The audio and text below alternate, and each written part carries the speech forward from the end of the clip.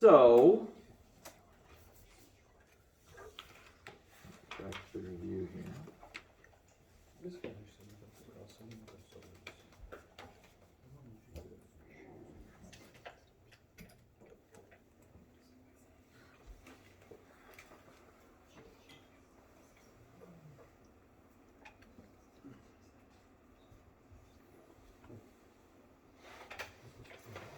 Which of these would you like to see? B. Okay, we'll start with 1A. Fortunately, it's quick. Difference of squares.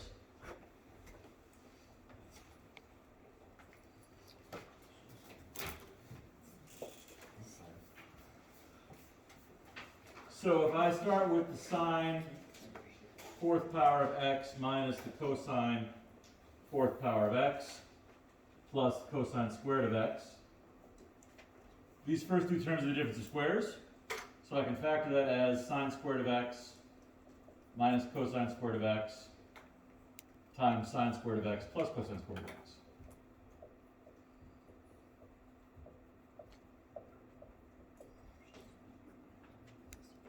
What is the utility of that?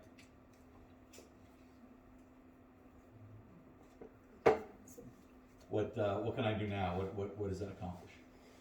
1 and 1. Was it? Oh, thanks.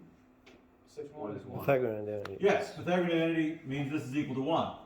So I have sine squared of x minus cosine squared of x times 1 plus cosine squared of x.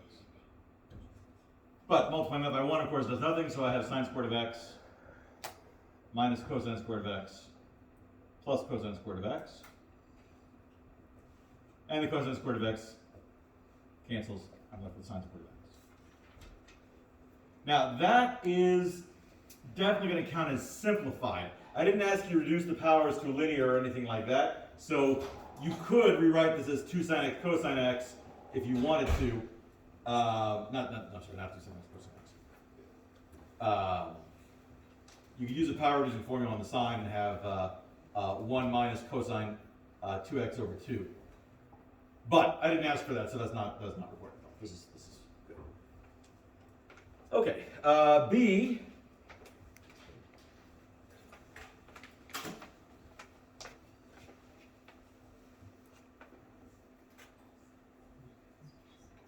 The first approach that occurs to me there is to multiply the fraction basically by its conjugate of the denominator. Now, I'm not trying to rationalize anything, but the difference of squares is my goal. Because if I multiply this by 1 plus cosine A on the top and the bottom,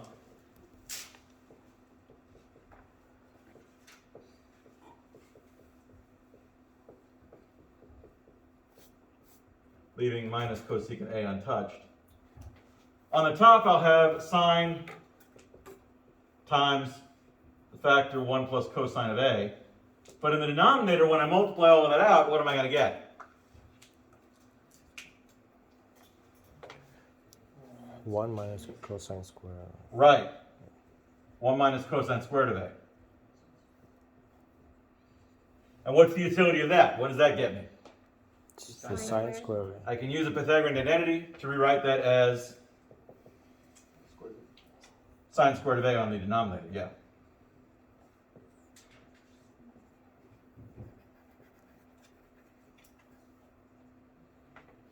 Now I can cancel a common factor of sine and be left with 1 plus cosine A over sine A.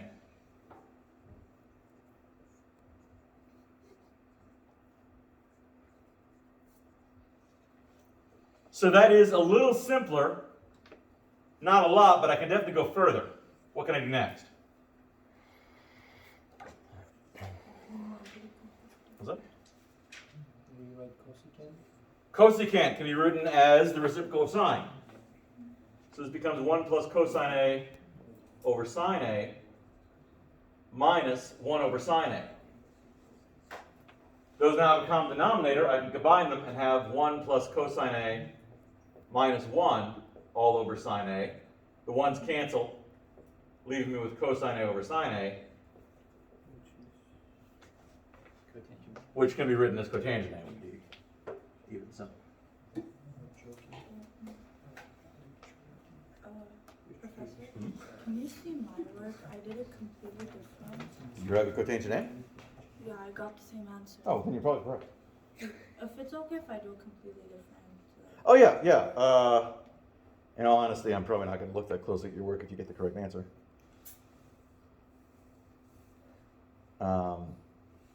I'm guessing you duplicated your work a little bit. Probably some of these steps canceled out some of the other steps, and you could have avoided them entirely. But what you did is basically the same as what I did here. Oh, boy. Thank you. Other questions about this?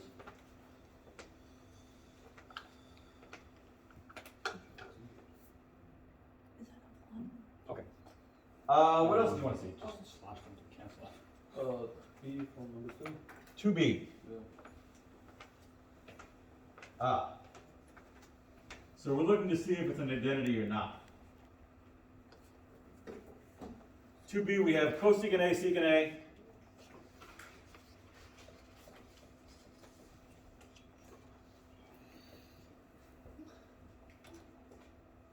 Cotangent A plus cotangent, sorry, cotangent A plus tangent A. I really should have used something other than A here, it makes it a little hard to read, but is equal to cosecant squared A plus secant squared A. Now, are these in fact equal? It's not immediately obvious to me. There are a couple ways I can check. If I plug in pi over 6 for A and run it through both sides and I get the same result, it's probably an identity. But I think I'm going to just start and see where I can go from here. Rather than mess with all of these secants and cotangents and all that, I'm going to start with the left side and I'm going to rewrite everything in terms of sine and cosine. So I'll have 1 over sine A times 1 over cosine A times cosine A over sine A plus sine A over cosine A. So, if I distribute everything, I'll have cosine A over cosine A sine squared A plus sine A over sine A cosine squared A. If I then reduce the fractions, I have 1 over sine squared A plus 1 over cosine squared A, which is cosecant squared A plus secant squared A. That completes the proof. So I wasn't really sure if it was going to work. I just kind of jumped in because I didn't really want to plug in pi over 6 and all of those.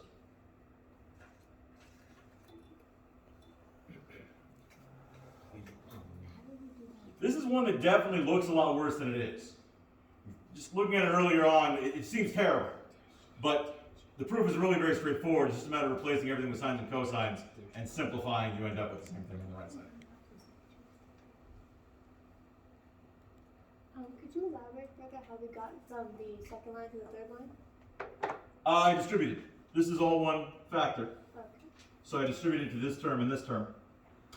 So you multiplied 1 over sine to cosine over sine, and then 1 over cosine to cosine over sine. Correct. So these three together, the numerator gave me cosine. In the denominator I had sine, cosine, sine. I combined the sines. For this term over here, all of them multiplied together gave me a sine on the numerator, and the denominator I had sine, cosine, cosine. So I combined the cosines.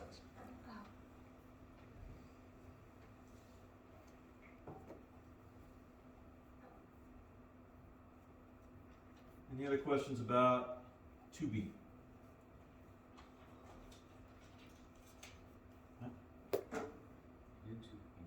2e?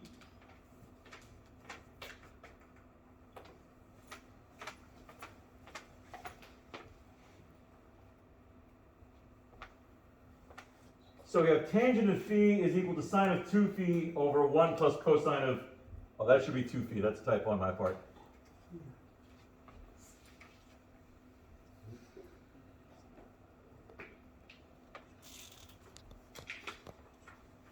Should read tangent of phi is equal to sine of 2 phi over 1 plus cosine of 2 phi.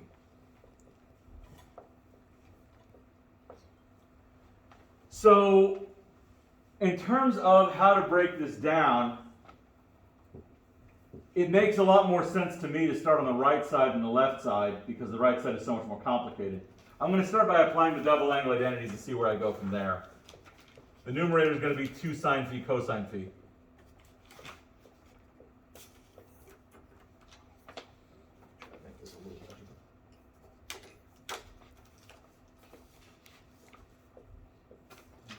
The denominator is going to be 1 plus. Now I have a bit of a conundrum. There are 3 versions of the cosine double angle identity. But I'm going to want the one that involves subtracting 1. So I can cancel the 1. That's going to be the most useful to me. So that's going to be 2 cosine squared minus so 1. 2 cosine squared minus 1.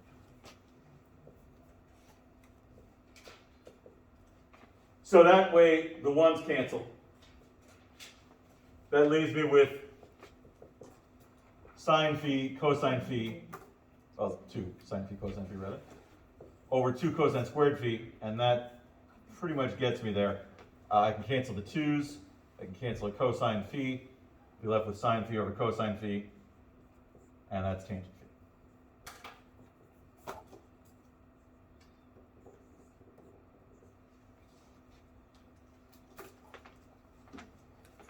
So again, you don't need to see how everything plays out to get started. You just need to have a starting point. You need to have a way into the proof. Once you get started, the next step will often present itself. It's much better to have 3 false starts and have to go back each time than to just not start the proof, because after a certain number of false starts, you'll probably get where you need to go. But if you don't get started, you'll never get there.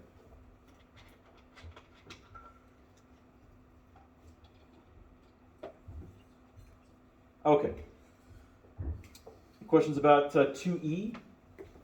2e or another question? About this one. 2e, yeah. Yeah, on the second step where you have 2 sine phi, cosine phi, how do we get the cosine phi there? Oh, that's the double angle identity for sine of theta. It's all based on identities for the second step. I see. Double angle identity for sine, double angle identity for cosine. That gets me here. I see. And then from there, I'm just reducing algebraically. Yeah, question, Sean? Here to here? Oh, well, this is cosine times cosine. So I cancel the cosine.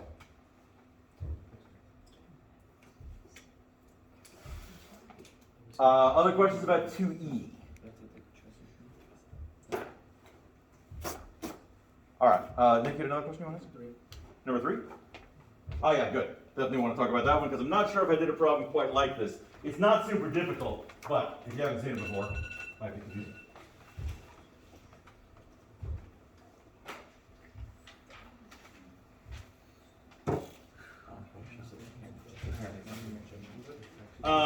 So we're starting with the square root of x squared minus 9 over x. And I'm providing you the substitution x equals 3 secant theta. So if x equals 3 secant theta and I substitute that in everywhere in place of x, this is going to become the square root of 3 secant theta squared minus 9 over 3 secant theta.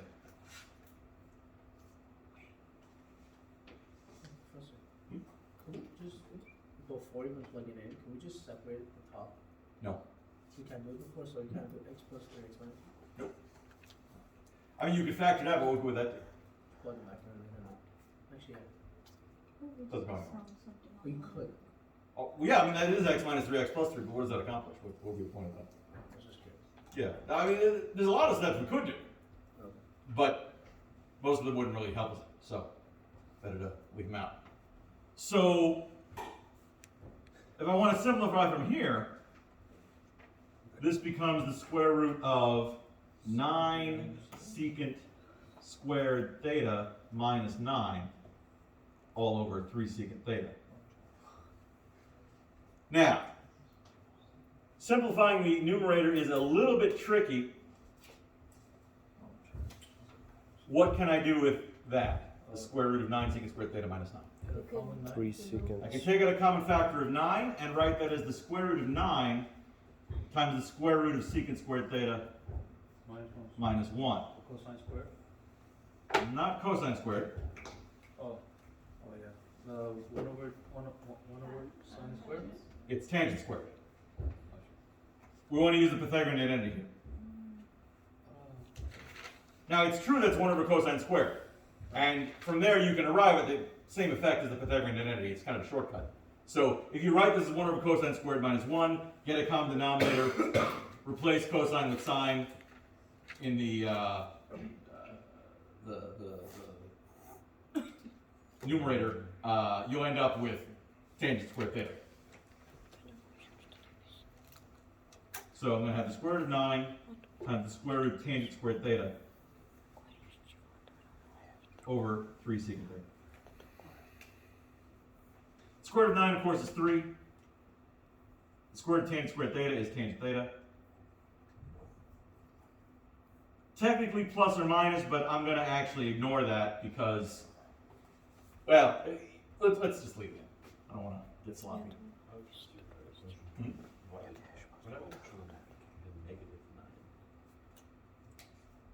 We factored it out. It's right here. Oh, I see. Hmm? So the 3's cancel. Tangent theta over secant theta is sine theta over cosine theta over 1 over cosine theta. The cosine theta is canceled, leaving me plus or minus sine theta.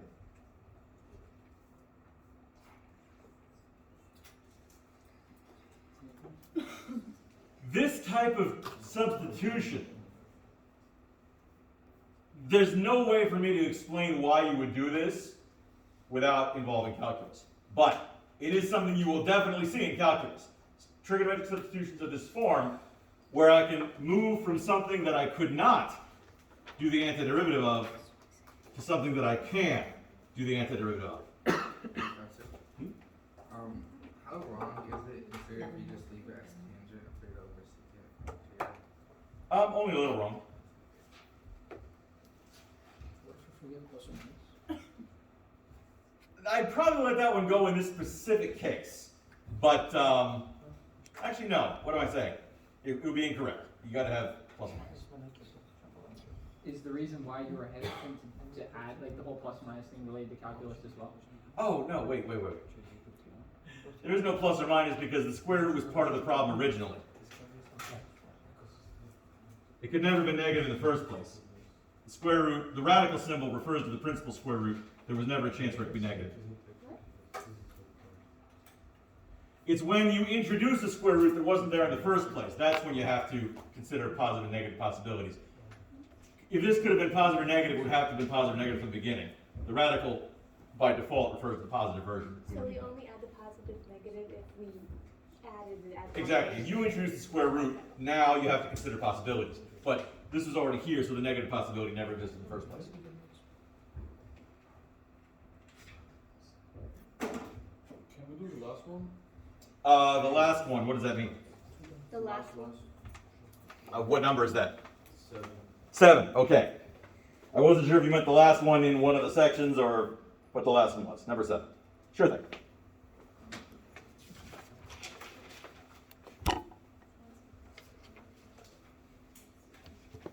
And actually, on the subject of numbering, if you feel the need to do problems out of order, please do them on separate sheets of paper so that when you submit them to me, you can just put them in the correct order and I don't have to hunt through your test looking for the answers. That really makes the grading much more difficult for me. and occasionally has gotten you in trouble because at least twice I missed something because it wasn't in order and I just didn't notice it was there. So try to keep your work orderly. All right, so if I have cosine of 4x is equal to 1,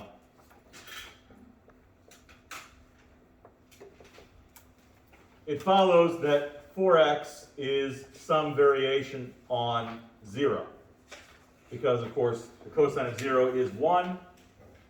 But that'll keep happening as I go around, so it's 0 plus 2k pi.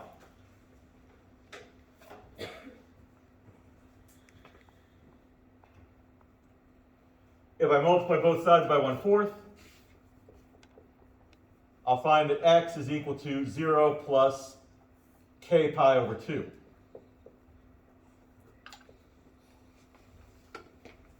Since I'm only looking for solutions between 0 to 2 pi, 0 of course is a solution, as is pi over 2, pi, and 3 pi over 2.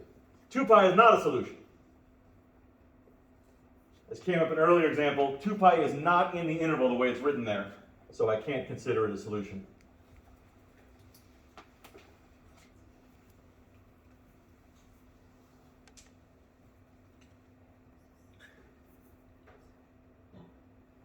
What? You chose 0 plus 2k pi, Yeah, because that's where cosine is equal to 1. and 1 is cosine of 4. Right, so that'll happen again every time we go around.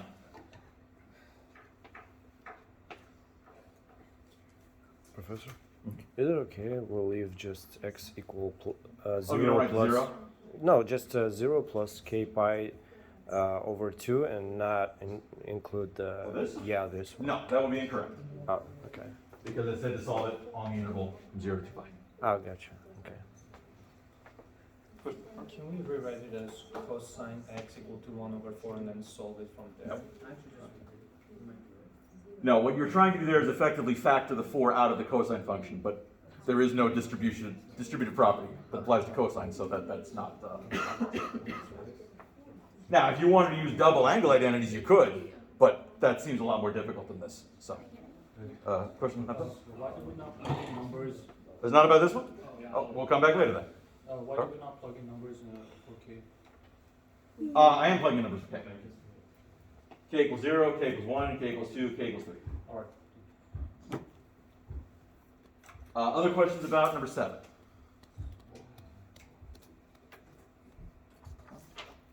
Okay. Abdel, you had a question about number 7? Yeah, what's up? Why is it only one family? Is it Only one family? Because it's equal to 1. That only happens once when you go around. Unlike if it had been equal to 1/2, it would happen twice on your way around. one of the questions? Exactly, it's one of the quadrangle angles.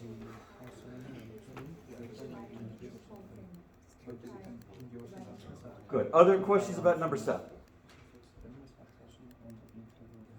Yeah, Mike? So to find the x we plug in 0, 1, Yeah. 3. Yeah, and when I hit k equals 4, I'd gone too far. Okay. So that's where we stopped. My question about number 7? Could we do number 6b? Abdel, what did you want to ask about? I wanted to ask about 4a. 4a. All right, then we'll come back.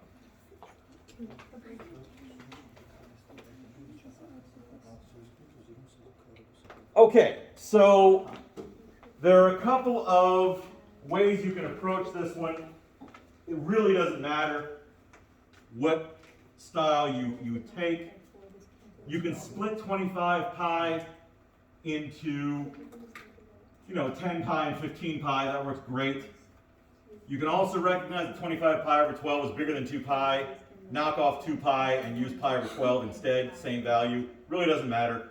I'm just going to split it up because we're going to split it up anyway, so there's no point in messing with the coterminal stuff. So I'm looking for the cosecant of, like I said, 10 and 15 works just fine. 10 pi over 12 plus 15 pi over 12. And again, many other possibilities are going to work, but that's fine, so I'll just use that. That's the cosecant is 1 over the sine, so it's going to be 1 over the sine of, let's see, 5 pi over 6 plus 3 pi over 4. So applying the sum, sign of a sum identity, I'm going to have 1 over the cosine of 5 pi over 6 sine of 3 pi over 4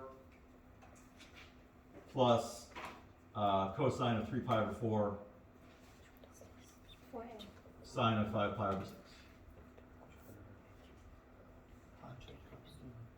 Professor, isn't it 5 over 6 plus 5 over 4? How do we Is get it? 3 pi over 4? Oh yeah, yeah, that's right. It should be 5 pi over 4.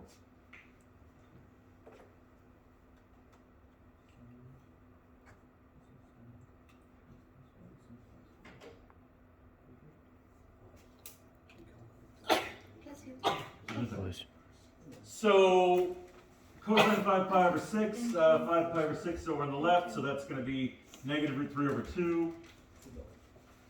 5 pi over 4, third quadrant, that's negative root 2 over 2. Cosine 5 pi over 4, same. Sine of 5 pi over 6, 5 pi over 6 against second quadrant, that's be positive 1/2. So that's going to give me 1 over negative root 6 over 4 minus root 2 over 4. So if I combine those, I'm going to have 1 over negative root 6 minus root 2 all over 4. Now, I can flip that over and write that as 4 over negative root 6 minus root 2. But I can't leave a radical in the denominator, so I'll have to rationalize that. Move over here, I'm around the room.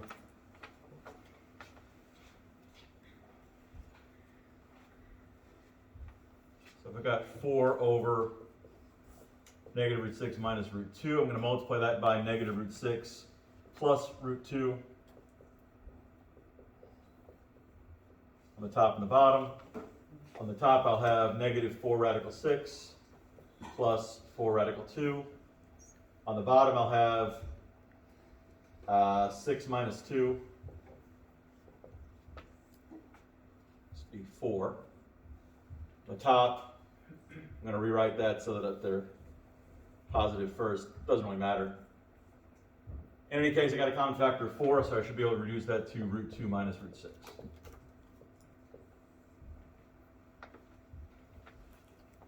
That doesn't feel quite right somehow. Yeah. Try that Why again. did we lose the why did the negative rad 2 become positive rad 2?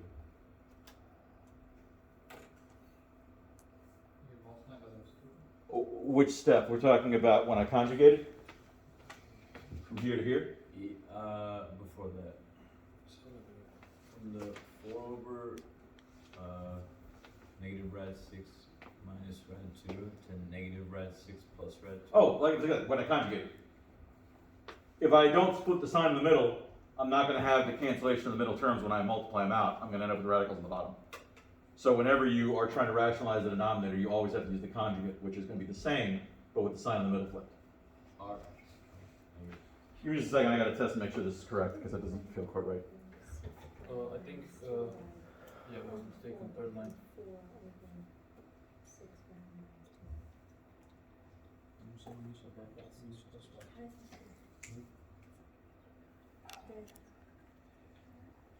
No, definitely not right.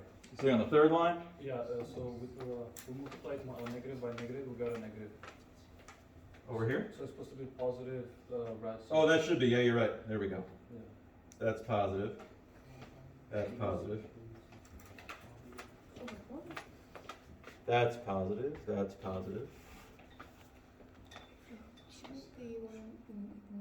That's positive. So everything's positive. So that's going to be positive. That's going to be plus. Should be root 2 plus root 6.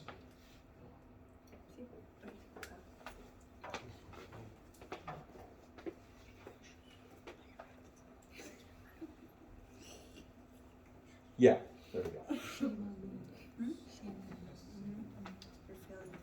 It's comforting to see you make mistakes. Yeah, it reminds me of the advice that my first mentor gave me when I just started teaching. He told me that when I was working on the board in front of a class, I should make sure that my body was between the work that I was doing and the students, so that if I made an error, I could correct it, and the students would never know that I made an error. And that was how I knew that he was a fool. That is maybe the worst teaching advice I've ever heard. Why should I even want you to think that I'm infallible? I mean, that. Why you still do it then? Oh, sometimes I do want to think between you and the board just because I'm in a hurry. It's not a matter of trying to conceal anything, but I always try to step out of the way so you can see it afterward. I have a question about the very last step on that side of the board. How did we go from 4 being at the very bottom to being at the numerator? So I'm taking 1 divided by all of this, which is the reciprocal of this. Oh, so you're flipping it because you don't want the radical in the denominator? Oh, well, it's because this is a complex fraction. Yeah. So I can't leave it with a complex fraction. Another way of thinking of it is I multiply the top and the bottom by 4. Oh, so cancel out the 4. Question number? So the tricky thing for me with these types of questions is how to start it off. I understand everything else. So like 25 pi over 2, you want to reduce it to something that adds and gives you something like that circle. Right, but it'll automatically give you something on the unit circle as long as it reduces at all. At all. So as long as these both have common factors with 12, it's fine. For that reason, I couldn't have gone with, say, 8 and 17. 17 is prime and it couldn't reduce. So anything that But as long as they both reduce, you're fine. add-on. Yep. So I don't want you to do like B, but if we wanted to reduce that, Oh, B is not an option. is it on the B is different. A and B are fundamentally different. Because I can't reduce 8s and get something on the unit circle. I can reduce 12s that way because they have multiple factors. 8 doesn't. You have to use the half angle identity for this one.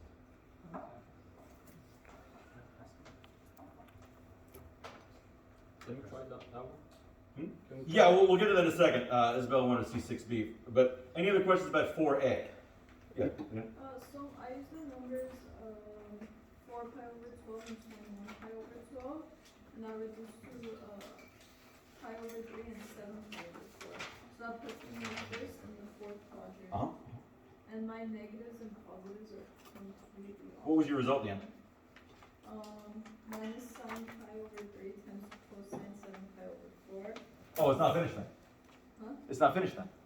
No, and then I finished it. I have rad 3 over 2 times rad 2 over 2 plus 1/2 times negative rad 2 over 2. Definitely not finished. And then it's rad 6 over 4 minus rad 2 over 4. But, oh,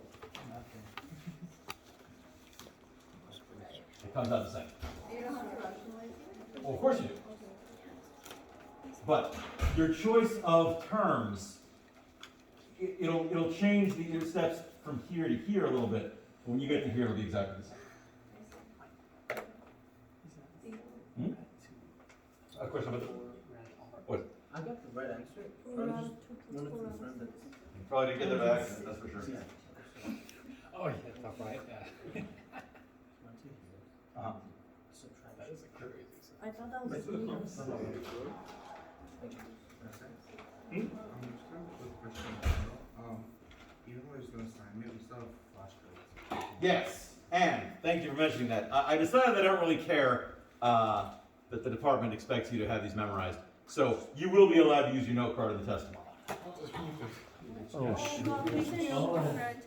It still has to be one side of the 305 note card, of course. Those rules are still in effect. You can actually keep it with you for the test. Yeah, that's not lost. That's still helpful. Just one like 3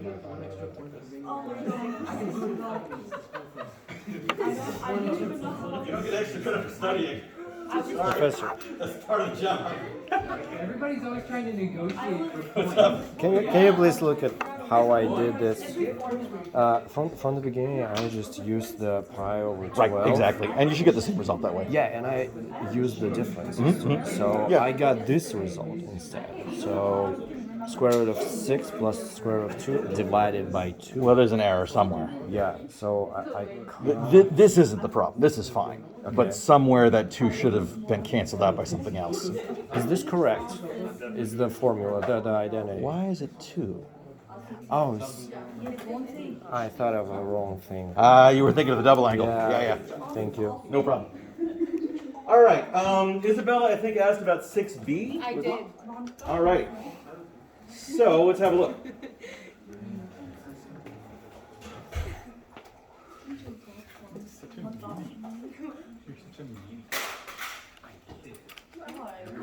That's terrifying. All right. So 10 sine of 5x minus 5 is equal to 0. So how should I approach this? Sine of 5x equals 5 over 10. Right, I got to add 5 to both sides and divide by 10 to solve for the trig function. So I got 10 sine of 5x is equal to 5 when I divide both sides by 10. Because then I find that the sine of 5x is equal to 1/2. I don't know how much of the sneezing going on in seasonal allergies. I just want to point out that I don't seem to be having a problem. Not sure why that is, but there's a box of masks right outside. Y'all might want to consider utilizing those. Moving on. Where is the sine 1/2? What's that? Pi over 6. Pi over 6 is a good place. Do we divide by 5? Oh, I'll have to deal with it later, but I have to know what my angles are first. 5 over 6? 5 pi over 6 is also going to do it, yes.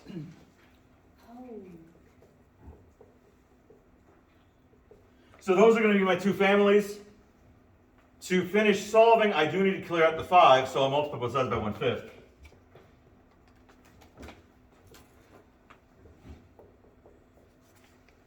So x is going to be pi over 30 plus 2k pi over 5, or pi over 6 plus 2k pi over 5.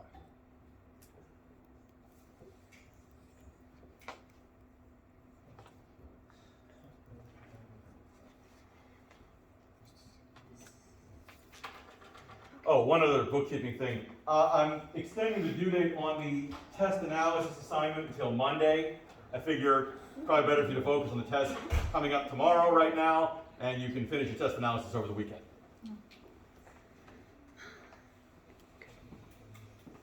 Questions about 6b? Yeah, why do we not choose 11 pi over 6? Because that would be a negative. Sine is negative in the fourth quadrant. So we're only using.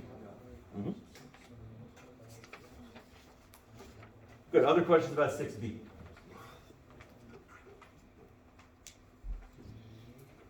It's a bit of a general question, but how should we know when to add 2k pi and when to add k pi? They're all 2k pi, except tangent and cotangent.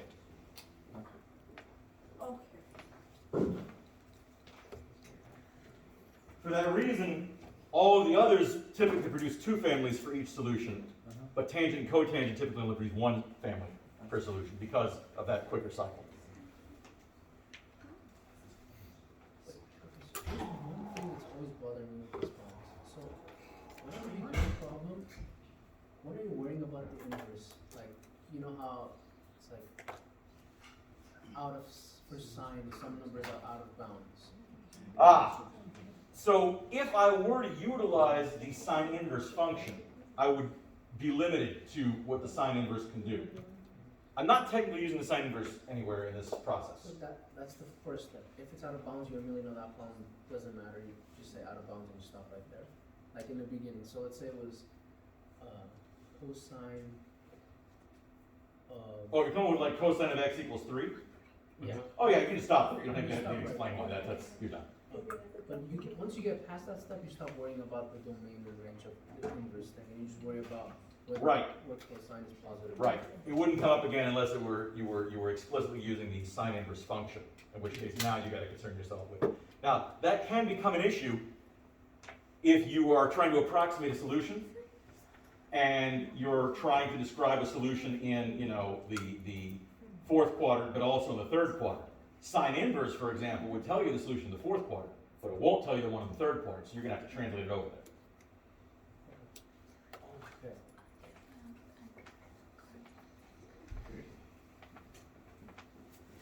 All right, other questions?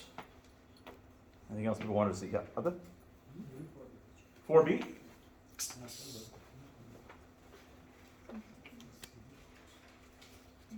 Yes, good. Half angle identity.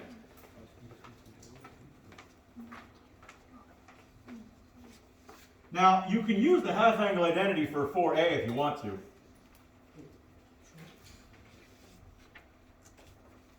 There's often, multiple paths through a problem, but the half angle identity is necessary in 4b. So I'm going to say the cosine of 5 pi over 8 is equal to the cosine of 1/2 of 5 pi over 4.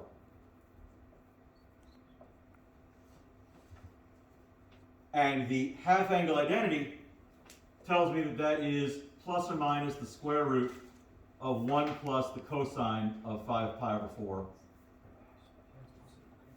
all over 2. Now, as for whether it's positive or negative, 5 pi over 8 is still in the second quadrant. And the second quadrant cosine is negative, so this is negative.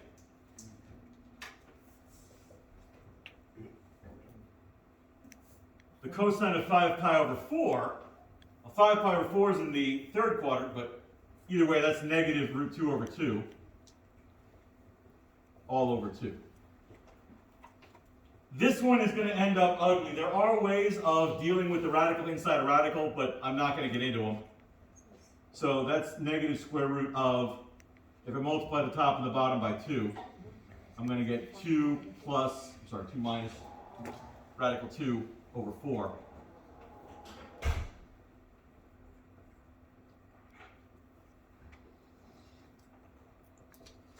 And that's going to be negative square root of 2 minus radical 2 all over 2.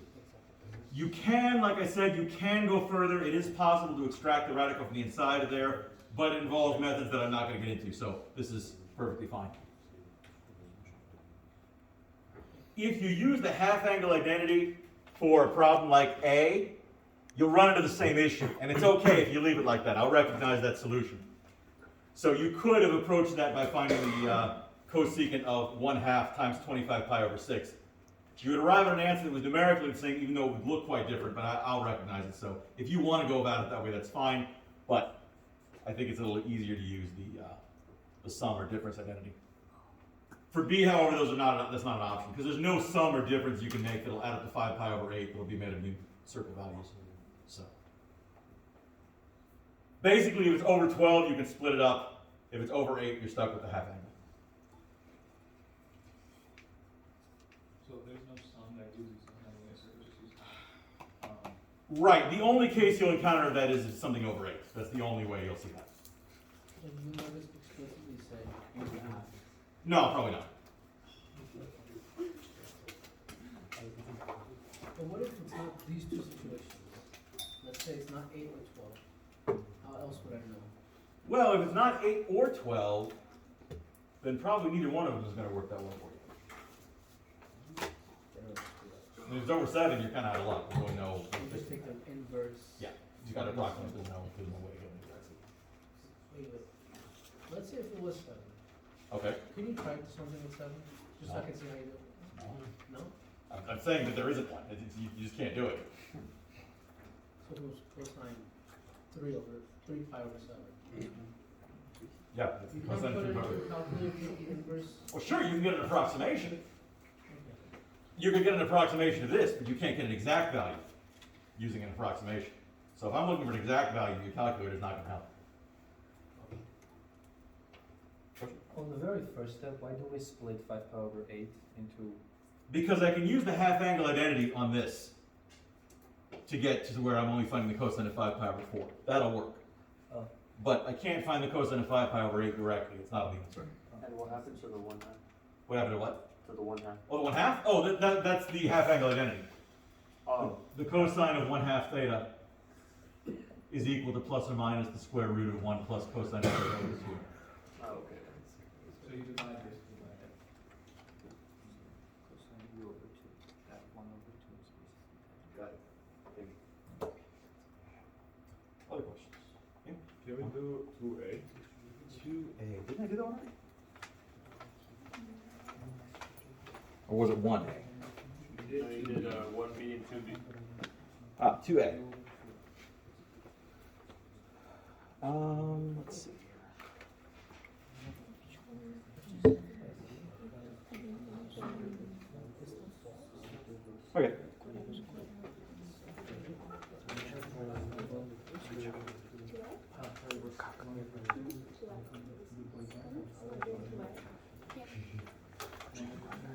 So my first inclination in 2A is to work on the left side. So I'm trying to establish that cotangent squared of x minus cosine squared of x is equal to cotangent squared x cosine squared x.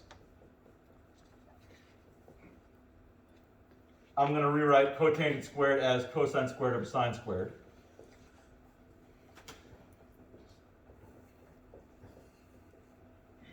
And then I'm going to get a common denominator by multiplying this by sine squared over cosine squared. So sine squared over sine squared, rather. And then I'm going to have cosine squared x minus cosine squared x sine squared x all over sine squared x.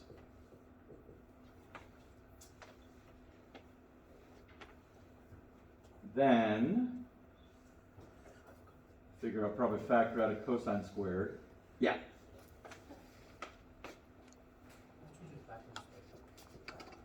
What's it? If I factor out cosine squared, I'll have 1 minus sine squared remaining. 1 minus sine squared is cosine squared, so that's actually cosine squared cosine squared.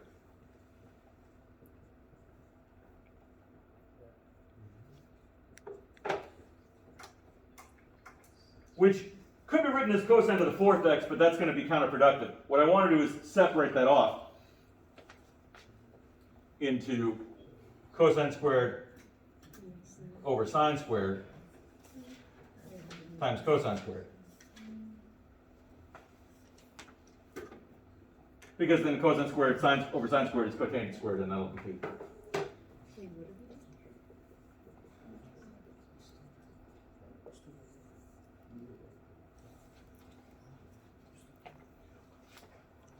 Wait, so we just separate them? Yeah. These are equivalent. I'm just basically pulling this factor of cosine squared off to the side. So it wouldn't be correct if you, never mind. I got it. Okay.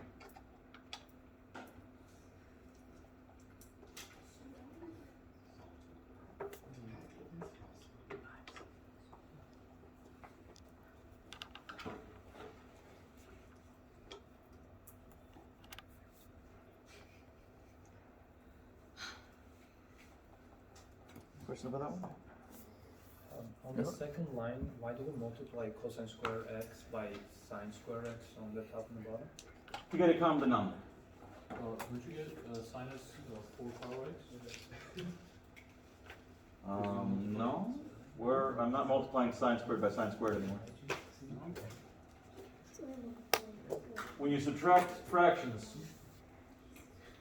they have to have the same denominator, and you still have that same denominator. Like imagine if I were doing 8/5 minus 2/5. It would still be over 5, right?